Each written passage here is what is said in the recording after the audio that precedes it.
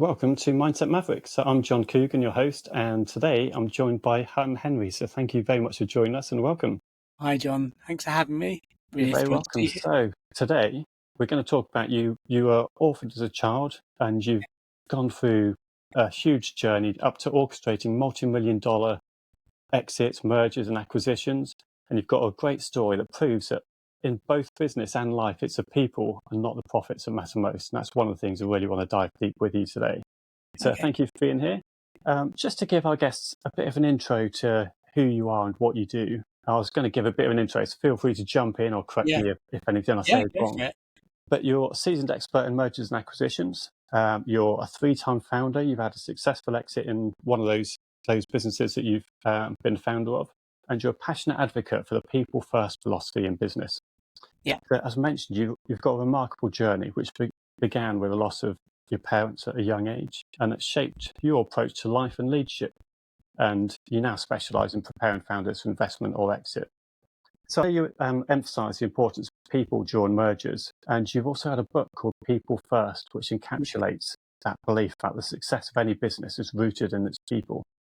And there's quite a few things around, I think it's Colby certified, is that the way Absolutely. Yes. it is? Yeah, I'll get you to explain a little bit about that. And you've also done Yeah. a graphic novel on diversity as well. So quite a huge, broad range of topics we can discuss with you, and very interesting. I'd love to speak to you about. John, you've done my intro. I can jump off now.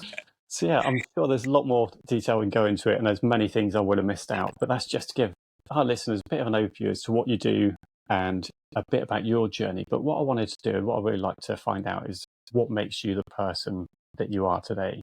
So to go back into a little bit about your history, your Yeah. childhood and education and some of those things. So can you tell me a little bit about your life growing up really and how Yeah. you've ended up to where you are now? Yeah, sure. So yeah, I unfortunately lost my parents at the age of 5. My family origins are from the Caribbean. And I went into a number of foster homes and ended up in one for 13 years. As much as they looked after me, it was, it was, as someone said the other day, it was really full of neglect and issues. So I had 13 years of very hard work. My teeth completely rotted away. I couldn't speak. I was so shy. So you can see I smile a lot now, and not surprisingly, because I know what it's like not to smile. So I left. So it's a really interesting thing because it really connects to the Colby sort of the psychometrics, because as you can see, things worked out okay for me. So yeah, the things have worked out okay for me. But the main thing was that I couldn't work out why I didn't end up like most people that had my situation. So long story short, I had no education. My foster parents told me every day that I was really stupid. They told me every day that I would never get a job. I left with no qualifications at all. But I had a couple of lucky things that happened. So yeah, so it was a dark time, and I'd had a couple of lucky breaks, and one of them was the advent of the computer.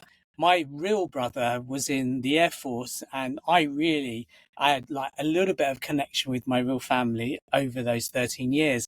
And he dropped me a ZX81, one of those little 16K Yeah, computers. Yeah. Yeah. And so at the age of 8, I started to code. And the thing is, by the time I went to work at 16, I knew how to code. So I always tell everyone I'm a very slow learner. That's 8 years, right? Most people think about their experience in things, but it actually takes a long time to get, good at something and master it. So you can imagine one of the benefits of that foster home was like, I really don't like it here, but I found myself something to escape into. And unlike children today, I've got 2 kids. There's no distraction then. You've got a keyboard, you've got code, that's all you're going to touch. Well, obviously nowadays, when you're on a keyboard, there's so many other things you could consume. So I will jump through the decades because it's much easier. So age of 16, I did this my first job was in sales doing, selling bedrooms. And remember, my teeth had rotted away. This was never going to work. And I also have a very odd name. And so I even remember the script today, and they're literally trying to get you to introduce yourself. And you say, hi, my name is Hutton and I work for Room Set Bedrooms. And who? And so they didn't get my name.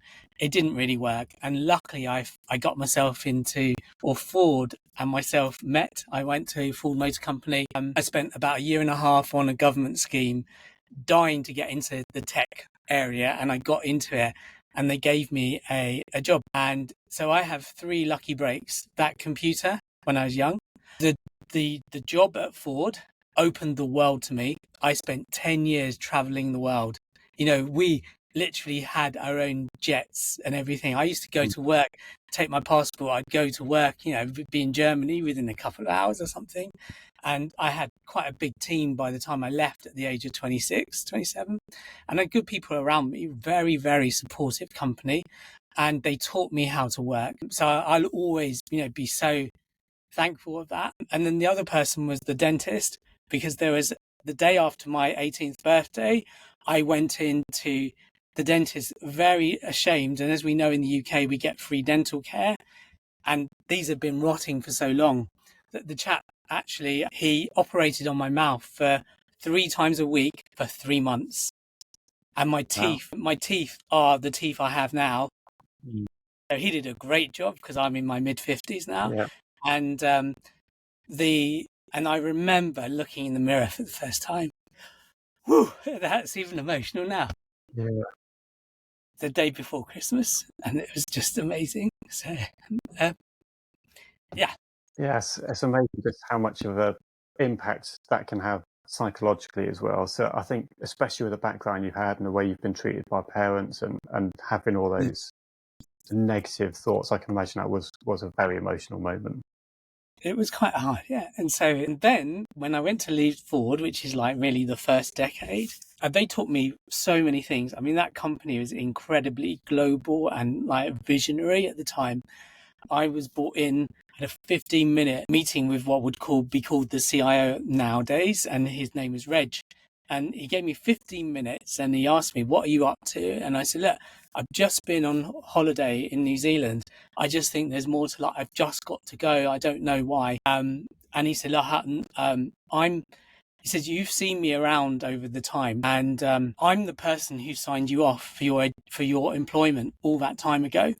He said, "Because at the time you were hired, they just brought in a graduate only scheme, and I was really annoyed with it.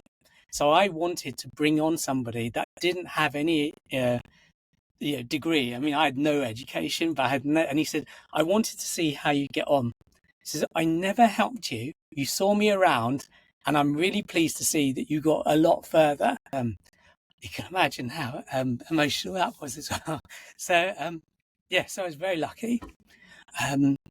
So that's that decade. Then I did another 12 years or so as a freelancer, working across all different industries.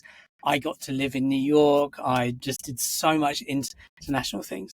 But I think there was a major lesson that I learned at Ford, because we bought Jaguar and I ran a big sort of transformation program. And long story short, what had happened was we rolled out the system. It almost brought down the Jaguar production line, my system. And I had the CIO that time. She was on my case and she called me up. I was in there.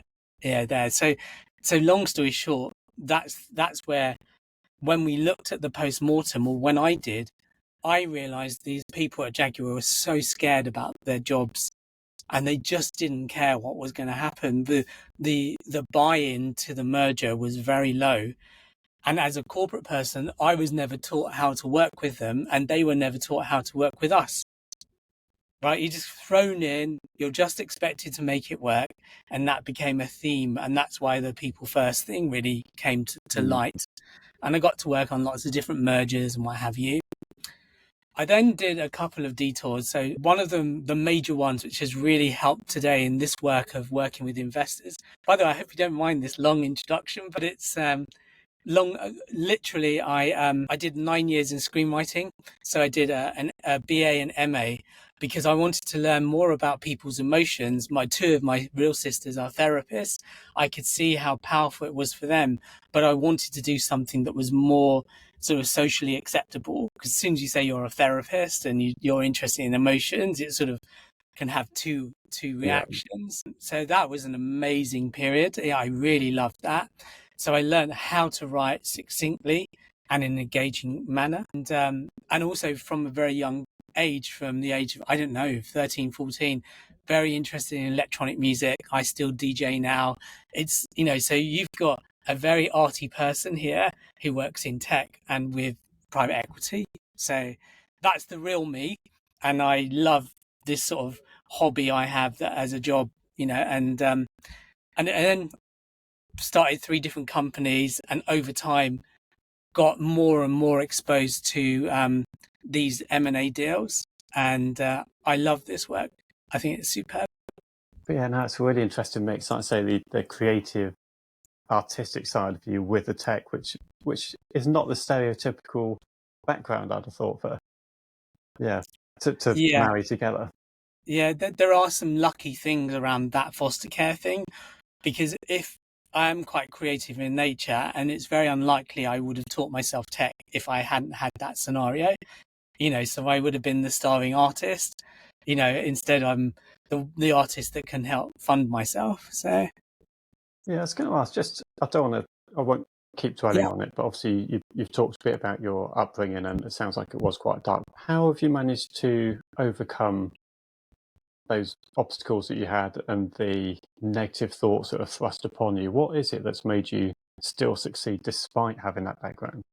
It's very interesting, because when I was with foster parents, somewhere in my head I got this thing. They weren't nice to each other. There was so many bad things happening, and bless them, I have brothers and sisters there, and we're all under the same roof. And I would say, and I do appreciate being looked after, by the way, even if it wasn't great. The thing I had in my head is life cannot be like that. And I got a little bit of exposure through real family and things over later years, how life could be. So there was a bridge. That was number one. Yeah. Number two, I have this saying, I still have it today, that you make your own sunshine. But that's just, that's fine for me. And this is the thing that wasn't solved for me until I did Colby. And that was, in my late 40s. And I went to Arizona and I got the training, and and I'm not trying to sell that as a process, but what it taught me is that my natural, we test for your natural ability to deal with stress and creative endeavors. That's the only thing we do, right? And I found out like what my combination is, and I'm basically what they would call a pioneer. It's a very high-end quick start. I'm very forward thinking, and I like building things. And with this system, with this whole part of your brain, we've all got it, and it fully forms by the age of 6, and it never ever changes. So even though bad things happen, they happen towards the end of my natural forming. And so that natural drive, I now understand, was always there, which is also the reason why I left Ford, because this natural push to go. So I do appreciate, being with my real family at a young age, because that gave me a very solid sort of safety to be very sort of entrepreneurial, I guess is the word. So so my thing now is helping other people. And so I will admit to you, John, that, has this, background cost me in terms of my mental health with leadership? Absolutely. Because self-doubt is something that will exude in many ways. And it was so deep rooted. It took a long time to get through that. And so that's my story. But then I like helping other people. So in Colby, I've worked with more than 500 people, and when I see them go through deals, I want to help them. I did want to do it with the merger aspect because of much bigger teams and what I'd experienced, but I found there was very little appetite, and it was much better to work on a one-to-one basis.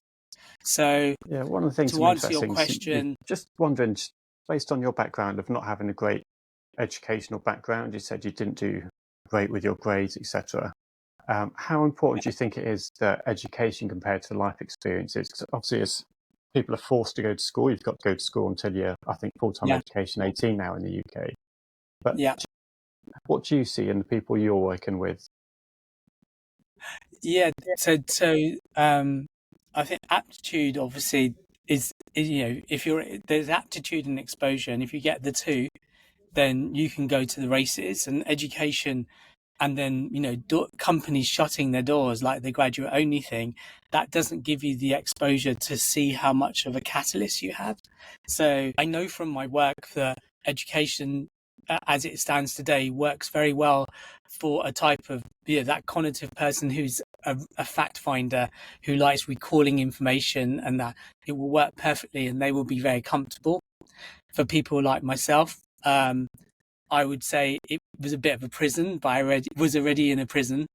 But if you notice, I did go to school in my 30s for my screenwriting. Yeah. So I do appreciate it because it creates an inner confidence. So I don't know what do you think about that sort of education versus practical? Yeah, for me personally, I didn't do great at school. I just didn't really have the interest or the passion for it, and I would just not do homework. I think I was capable, but just did not get on with school. I ended up going to college, started doing a college course, dropped out of college, did some evening classes. But then I think as soon as I got to the workplace, that's really where I excelled. So I was curious, because you've worked with big teams, on how much emphasis you put on education when you're looking for employees, and how much you value that. Yeah, and so sometimes it seems really impressive, right? My business partner he doesn't put it on his LinkedIn, and I've known him for 30 years, and I only found out what he had, and I was like, oh my gosh, that's amazing. And he's great because he said that's fine, but we're in the same room, Hutton. And I love that attitude. So I do try and help coach people. If people come to me, I'll probably sort of look at things, try and help them get jobs. And I think from my experience, what I realized was that we all put our own ceilings on ourselves. And what I try and say is, like, just try and identify that ceiling and whether you want to work through it.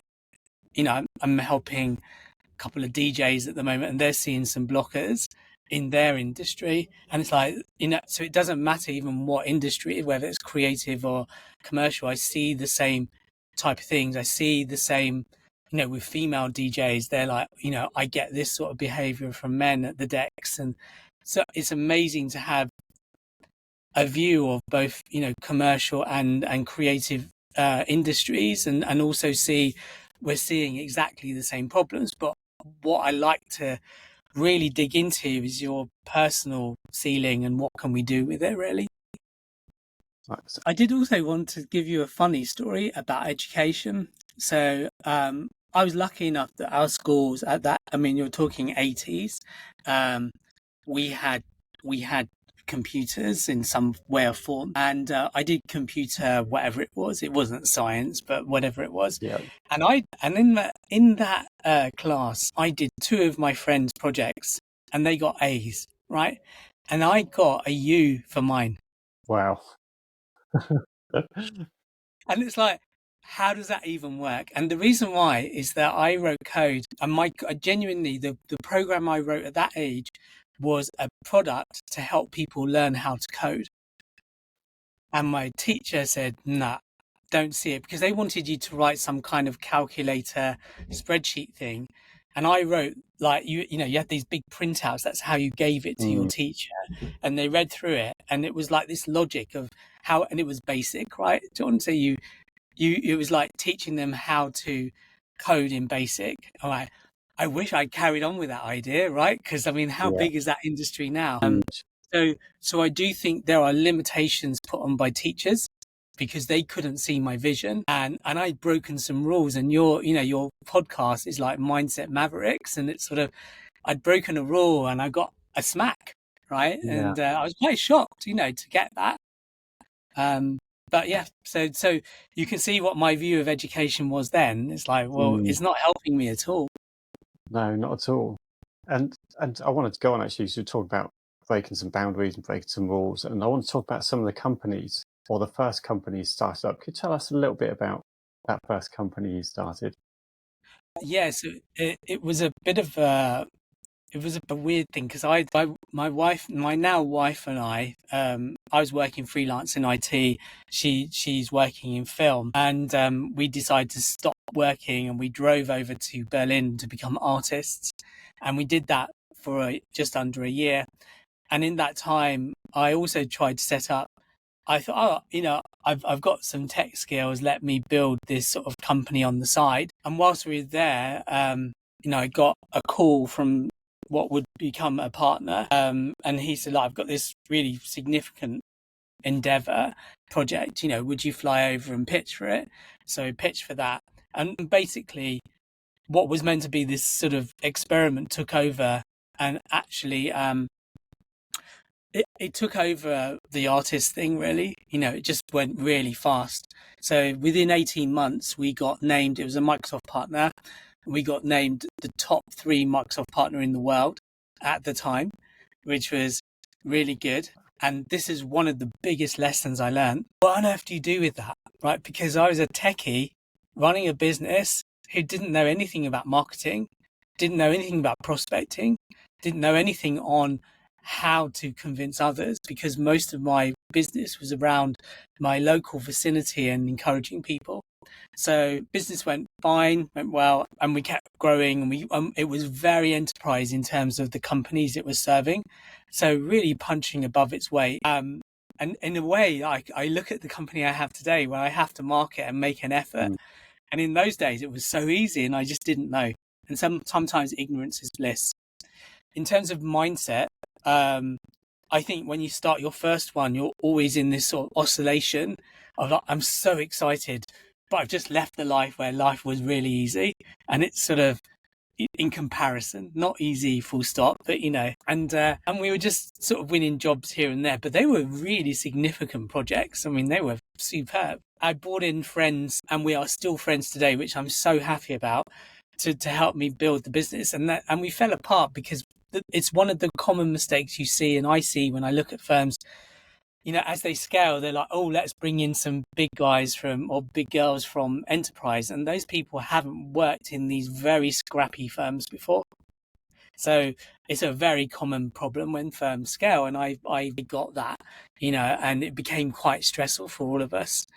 It was fine because I am a natural risk taker, and it's like, just keep going. But then when you bring people who are used to more governance and methods and being able to see some visible track, pipeline, I fully understand. I'm so glad, even one of them still works for me today, which is great. And the unfortunate thing is my sister passed away, and I just shut it down then. So it's kind of a 50% personal and 50% I don't want to run a services company. That was my first sort of thing. And then I jumped into the second company to do software. So I just want to touch on a couple of things there, because you've mentioned about hires, and when you are a startup, you're starting to scale and starting to bring people in. And you're talking about how you can bring in people who are, in a sense, too commercial for a startup, not used to dealing with that scrappy stages. But one of the other things I see is people bringing in friends who aren't necessarily the right people for the role. What tips or advice could you give people about hiring for when you are those early stages, and what is it you should be looking for? It's a tough one, because I think, it's friends and family, right, under that criteria. And I think you have to be really clear around scope, and and JDs don't really mean much, right? It's really, what are we actually going to be doing, and can you bring in people with skills, but skills that are opposite yours, and you're not going to have to be the bottleneck, etc. So nowadays, I would probably always get someone else to help you just assess what you're doing. I would never have done it at the beginning, ever. It's like, my gut feeling is going to get me everywhere. I think you run a lot on gut. It's so exciting. People believe in your gut feeling. They can see it exuding. I think you have to say to yourself, it's something we do in coaching. You have to map out the real job of the leader. I don't even like using the word CEO in small companies, but let's just say the leader. And is that person going to be really happy transitioning from some kind of technical job, be it writing, coding, whatever it is, going from doing something that shows value to moving to a more managerial piece where it's lots of spreadsheets and numbers and negotiations, and it is a transition. So I think there are two things here. Get help vetting people in whatever way that is, even if it's a friend, to walk through your theory. And the next one is you do start. What I actually say, John, is if you start a company within a month, it always finds your areas of weakness or areas to work on within a month. And then it takes you your time, whatever that time is, to fix them if you can stay on the journey. Yeah. So Yeah, I don't know without if a doubt. you feel the same. So Yep, definitely. And it is, like I say, having the right people around you to point out those, not necessarily flaws, but just to identify those issues and being very self-aware and just actually accepting those parts of you and just make sure you've got the right people to fill those gaps and to bounce yeah, off of. And I think you used the right word there, awareness. yeah. And with your coaching, is that something you'd use, the Colby coaching, is that something you would use to identify the right people to bring in? How do you incorporate that into your businesses? So yeah, so if you take just any business and not even one's going through investment, the first thing to do is increase the awareness of the person running it. Let's look at how, and then look at the role and see how well it fits the person, so we can analyze that. And then you can start to look for those perceived areas that need help and find whether the people underneath that person fits those areas or if they can't conflict. So there's a way to design teams with it in numerical format, and there's a way to help them understand where the gaps are. So yeah,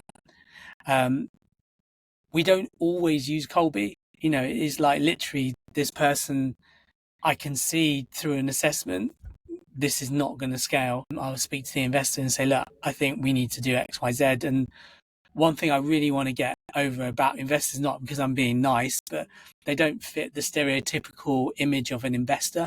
They are very aware of the value creation from people, so number one area they will look at, really.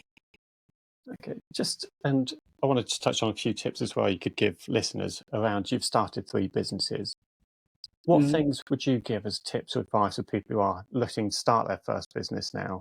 What are the things or potential pitfalls you often see? Number one, use the phone, right? And what goes with that is ditch the website, right? Because it's sort of, I feel, and this is a personal feeling, as soon as you start to build the website, you're starting to solidify what you're doing, but you're also putting a digital barrier up between you and your potential customer. And so, I mean, if you've already got a pipeline, you already know what you're doing, fantastic. But in most cases, people are testing the water, and you're much better off having meetings using the phone. The phone is the best thing, I think, for that piece. And falling in love with them, not you. Falling in love with their problem, and I think it's so exciting, especially on the first one. You're imagining all this stuff because you see all these very successful people and what they're doing. You see it so many times that people visualize, and their vision is around where their team is going and what value they can bring.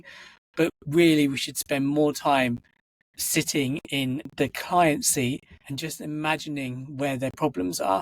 And we to this day, we have a once a week problem meeting. So we can only talk about the customer and their problems, and we're never allowed to solutionize in the meeting, because it's a bit like the other thing about starting as well. The third thing I would say is give yourself time.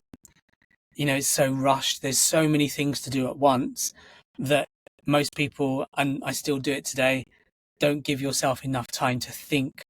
And you can use the word strategic and all those words, but at the end of the day, it's an interesting thing around boredom, right? If you are bored, you'll always be creative and you'll come up with things. And businesses do not make you bored, and you're always servicing it. But if you can say, right, so I have like 2 hours on the Thursday morning that I don't talk to the team, I'm not in the office, and they don't know where I am, and I do stuff, and then your brain is like completely cleaned and thought about, really. So Yeah, no, I love that piece of advice. And I think it's something, as you said, there's just no room for boredom anywhere anymore with the likes of yeah, TikTok and just a vast quantities of emails and everything else that's going on. There's never that yeah. time just to sit with your thoughts, process things, and and just, yeah, think through There's a problems. new thing. Yeah, there's a new piece of not advice, but like an approach that we are really enjoying at the moment, which is we started at the beginning of the year. I meet with my business partner. We get a partner as well. That's a good thing. I meet with my business partner in the afternoon of a Thursday after I've had my brain cleansing morning, and he's done his own thing, and we're allowed to talk about work, but there's absolutely zero agenda. Right, that's number one. And then number two, the team come over, and then we're not allowed to talk about work at all. Right, so you go, and the reason for that is the antidote to working from home. Because Yeah. working from home is transactional, it's very results based, and the only time we ever speak to each other is because we're doing something. So the remedy for that is to spend a few hours together, probably go down the pub, and we are not allowed to talk about work. And what benefits are you seeing from that? We like each other. Yeah. That's it. Just become friends again because we're not getting that social aspect, really. Yeah, I think that's one of the things that I've implemented in my work. I think we used to have just structured get-togethers with Yeah, everyone every day, and it might even be 5-10 minutes at a time, but at the same time it is just too forced. And I think what's better is just randomly contact a team member, have a 5-10 minute 20-minute chat on Teams. Doesn't have to be about work, and just do one-on-one and a bit of that, I might say, socializing, trying to get to know people. And I think getting to know people is where you start to build that trust and yeah, just be a bit more fulfilled at work as well, which I think is easily missed when you are working from home so much. I agree. I agree. John, one moment. I'm just gonna work out where this thing is. Is it this side or that? It's not consistent. And there we go. It's forward this time. Oh, gosh. So So one of the things okay. we've just spoken about is the startup businesses, ones who are just looking to found a business or that early part of the journey. But when it comes to thinking about exiting or mergers or trying to come out of the business, what stage should you start thinking about that as a business owner? That is a very good question. There's And there's a should there's a should. Yeah, go ahead. Sorry. I was just going to say, and the way I'm thinking about it, is it something that you should be thinking about when you're actually starting a business? Is that a good Mm. practice to be into, or is it actually you shouldn't be focused on that and that can cause a distraction? What's your thoughts on it? Yeah, it's a fine line, right? So I think um, if you start with the exit in mind, that can go very well. We definitely see that. Um, we don't often see that go. I mean, that's not a very it always feels so clever when we see it, right? But it's like, yeah, we intended that happened within 3 years as we intended. It's very, very unusual for that. So there is, and I don't like the word should. So it's really a case of I would like people to understand that when you get to that exit process, that you're going to have people like us analyzing your business. So, and the number one thing we're looking for is your historical decision making, right? And we can see that in lots of different places, documents, meeting minutes, online. There's lots of different things. So it's a case of plan for a sudden, someone's going to come in tomorrow and they take a slice of your life, and we don't get very much time to assess your business. So if you haven't got things in the right places, it's very hard for you to pull it all together fast and do it. And the ones who do that, they're almost through the door immediately, because they've consistently been doing a certain number of things over the years. And it's so easy for them to say, yeah, okay, we've got those documents, we've got this policy, we care. And, I really the 5 areas, are your documentation. We would say tech because we're a tech business, but how you document that, your decisions about it, and the value it creates. one of the most common mistakes we see is that people spend some money on something, say it's on tech, but they never record what the value output of that was. So investors and everyone else just take it as the new normal, and they never saw that you put all that effort in, and for 80 grand you got back 200, or you saved this amount of time or this headcount. It's a very simple spreadsheet. If you can do that, you're onto a winner. Then you've got obviously your people, how you're going to manage them, your processes, how you select them is really important. And it's just a myriad things. I do have a lot of material on what to prepare. To me, it's sort of, I think the ideal thing is that just an hour a day between a few people over time can make it really easy. So, okay. And just sticking with that theme, in terms of how somebody starts going about that process, what is the steps involved for looking towards an exit or merger? So do people come to you first, or is it that the investors approach you and you go out to the companies? What steps you so the exit side, a lot of people, it's interesting. We see two main studies there, right? The two cases.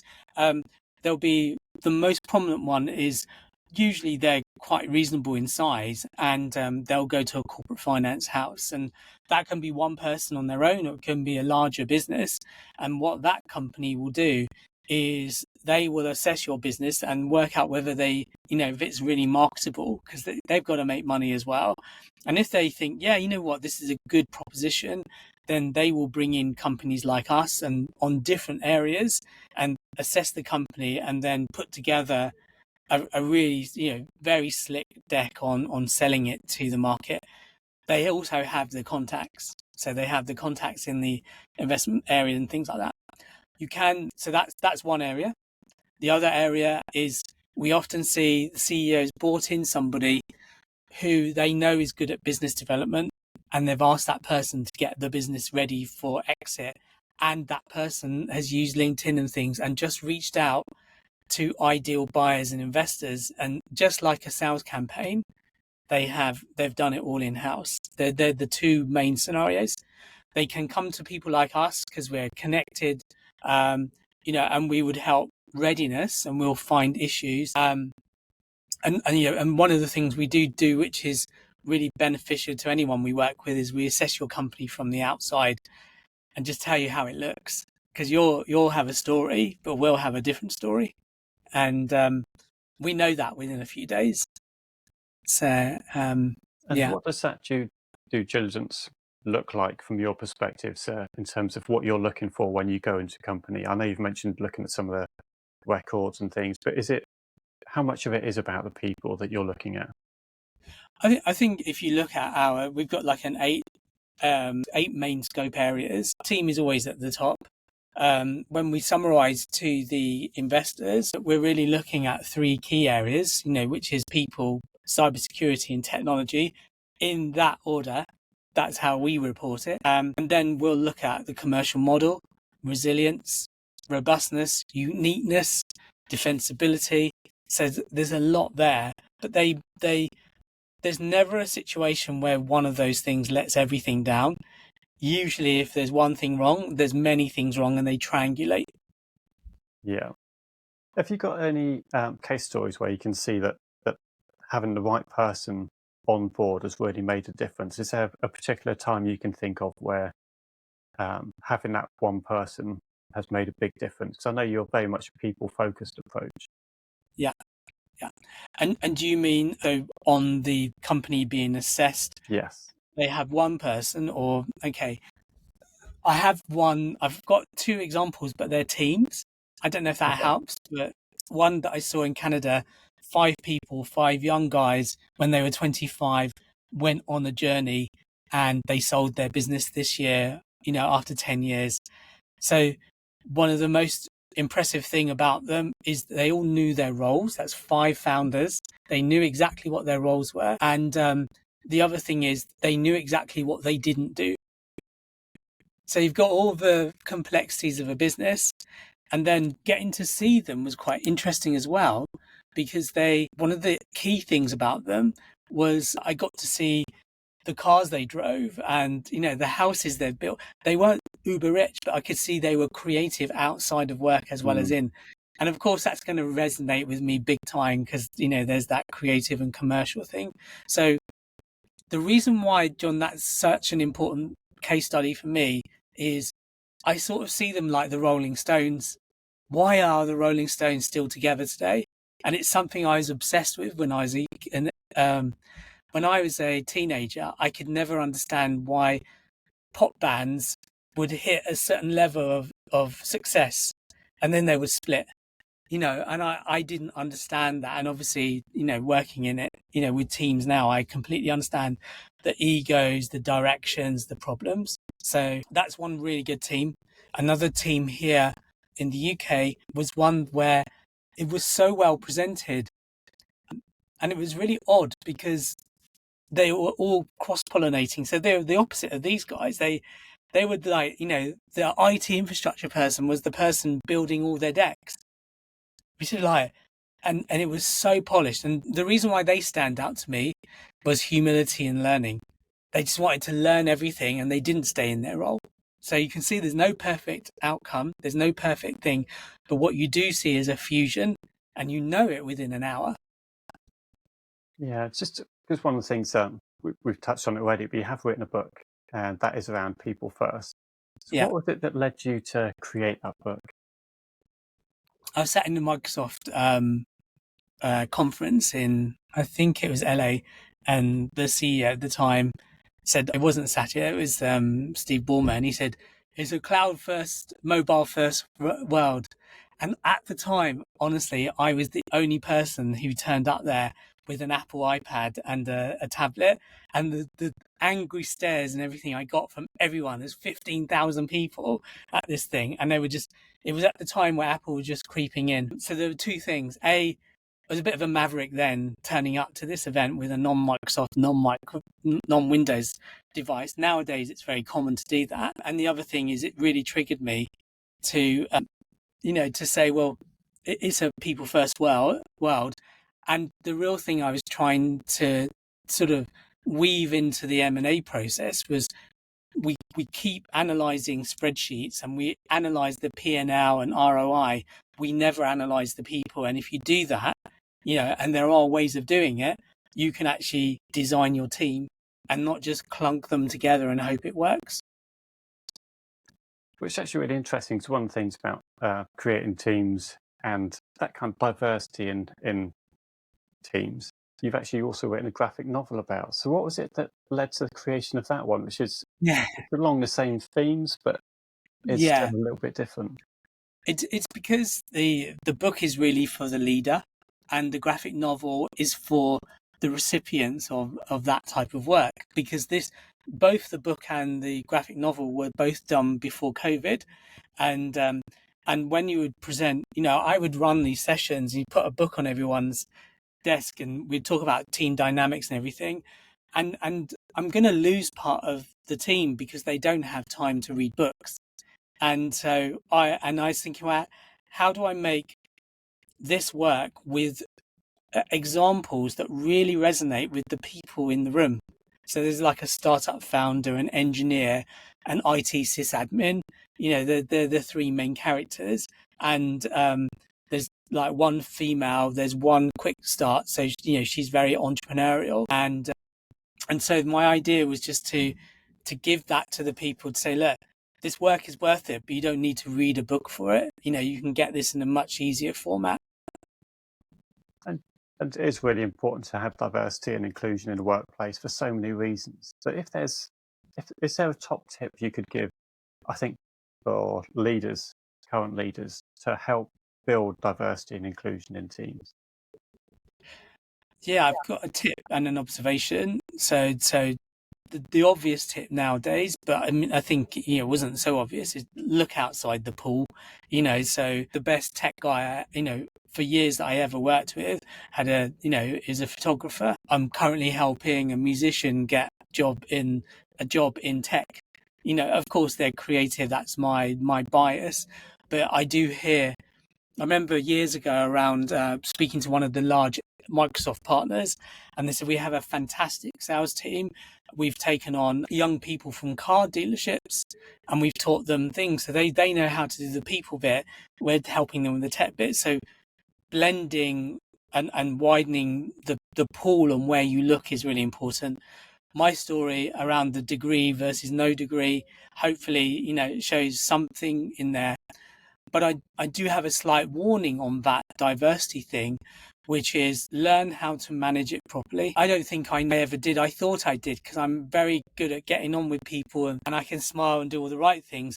But you also need to not smile, and you also need to be, to the point and things. So previously I was quite a people pleaser.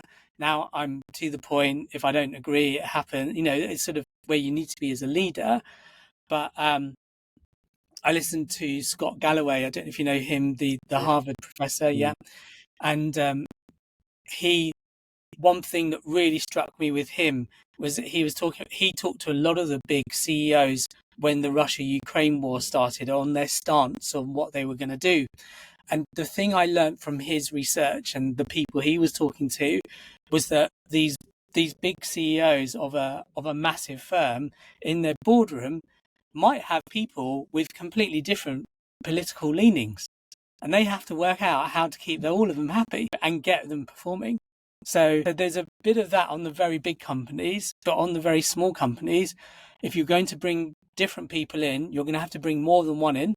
You're going to have to bring a group of them in and really mix them up.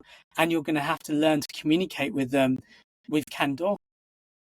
So, yeah, and I think we touched on it a little bit earlier about just having those personal relationships and having that psychologically safe space to actually have those discussions and know that people can speak up and they'll be heard and listened to. And I think that's really important. Yeah. Yeah. I've sort of had this experience recently where I've taken on somebody who in the IT world sort of had a ceiling and thrown him into some work. It's been great, because he's had the same type of work forever, and then thrown him into other, technical roles originally, then like management type things. And the reason why I did it is because he was, when he was on projects, he would send me these random sort of Teams messages at 9:30 at night. And I thought, that guy's really engaged, but he's got a ceiling and he can't see it. So let's pull that away and let's see where he will go. And now he's very excited. So even within your team, you can diversify what people do. Yeah, and that is a really important lesson. It's just helping, essentially, it's all about helping people feel fulfilled and valued and part of that team. So yeah, it's really important. What I want to touch on as well, Hutton, is I know you've got your Lens app as well, which is innovation work, another one of your innovations. Can you tell us a little bit about what Lens app is and how that can help in mergers? So it's really the number one common problem we see is founders don't know what to get ready. So suddenly they're in. Someone became interested. I spoke to someone last night. He is in the States and he'd just been approached by a company to be bought, but he was never preparing for that. And then you're going in like, rabbit in the headlights scenario, A, not prepared for the meeting, and B, not having all the right information everywhere. So it's basically a way of looking at, making sure you upload all the right documentation. It gives you a score. And then looking at security, like all these questionnaires around different things in your practices. So you can kind of score yourself before you go into a conversation. And so it's a deal preparation tool, really. So, okay, and is that something that could help at any stage of a business, or is that specific to mergers and acquisitions, or what? Can you put that? Yeah, it's a good question. For the moment, we're keeping it around the deal cycle because the market is so large, and I think what we do as a business, we could do it for any business, but it's really sort of it's just one of those things. So yes, it could help any business, do all the things we've been talking about today. Generally, we're keeping it around a deal because there's something a deal does that it creates a sense of urgency on all parties. So, and that's what we've learned from that. And what is it that made you go on to create Lens App? So what is it that's changed by creating this platform? Well, I think, like all the best ones, things, it actually was built for us because we were managing so many different projects and we wanted to quickly understand where these firms were. And also, if you were one of the investors, it's like, oh, John, we're on this project. Here you go. So I didn't really believe in whilst, presentations are very important, it's not the best way to communicate. And so we built it initially as our internal tool, and that's what we use today to deliver everything. And then we thought, wouldn't it be interesting to bring people on it as well? So, and is there any particular tools as well or places, information that people can get about mergers and acquisitions? Is there a particular reading or blogs or anything that you can recommend to help people? Yeah. So I think for being bought out or being prepared, there's a book called Built to Sell. Very easy, sort of. I don't know if you've read that book, John. I've heard of it. It's not one I've got around to yet. I think I've got a bookshelf full at the moment of ones that I keep meaning to get around to, but haven't yet. Yeah, it's a really easy because he puts it through a story, and so that's a really, it's a lovely way because it's quite easy to comprehend. And I would say, to me, that's the equivalent of the E-Myth in terms of M&A. So the E-Myth is the thing we should all read. I didn't read that book for 10 years of starting that. I was like, oh my gosh, why haven't I read that?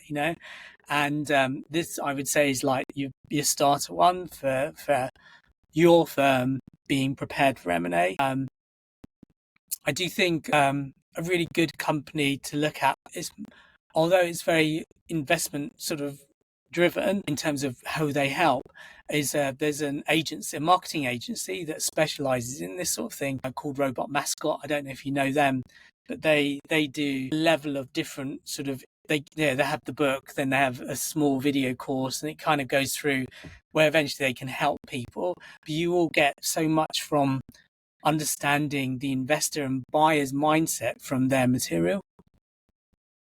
Just from you've got a lot of experience in this area of mergers and acquisitions. You've built businesses, you've exited, you've coached people and created a lot of opportunities for mergers and acquisitions.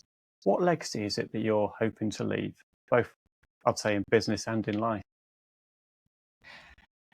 It's funny because I think it's probably, for me now, it's musical rather than anything else. I mean, I think that's sort of the journey I'm on, really.